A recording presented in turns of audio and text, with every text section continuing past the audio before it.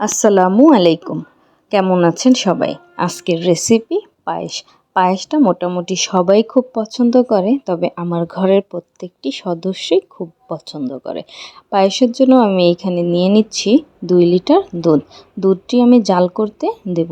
এ পর্যায়ে দিয়ে নেব হাফ কাপ পরিমাণের মতো চাল আমি পানিতে আগে থেকে ভিজিয়ে রাখবো। তারপরে হাফ কাপ পরিমাণের মতো কিশমিশ পানিতে ভিজিয়ে রাখবো। চালটি আগে থেকে ভিজিয়ে রাখলে ফুটতে বেশি সময় লাগে না। এরপরে দিয়ে নেব আস্ত মশলাগুলো, 4 টুকরো দারচিনি, 4টি এলাচ, 4টি তেজপাতা। এরপরে দিয়ে নেব হাফ কাপ পরিমাণের মতো পাউডার দুধ। তারপরে আমি মিশ্রণগুলোকে খুব সুন্দর করে নেড়েই দিয়ে নেব এইখানে আগে থেকে ভিজিয়ে রাখা পোলাওয়ের চাল। চালটি দেওয়ার পরে আমি এইখানে 10 মিনিটের মতো করে জাল করে নেব। 10 মিনিট জাল করা হয়ে গেলে দিয়ে নেব এইখানে হাফ কাপ পরিমাণের মতো কনডেন্স মিল্ক।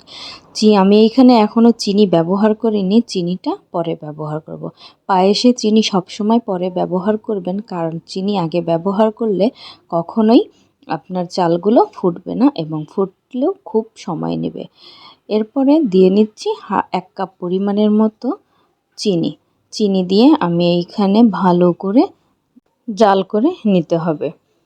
এর পর্যায়ে আমি বারবার নেড়ে দেব এবং চাল ফুটেছে কিনা সেটি চেক করে নেব।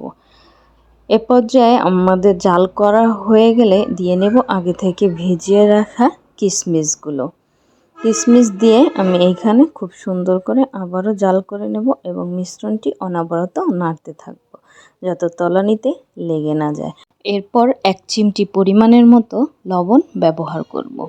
এরপর মিশ্রণটি ঘন হয়ে গেলেই তৈরি হয়ে যাবে আমাদের পায়েস। দেখতেই পাচ্ছেন কতটা লোভনীয় হয়েছে।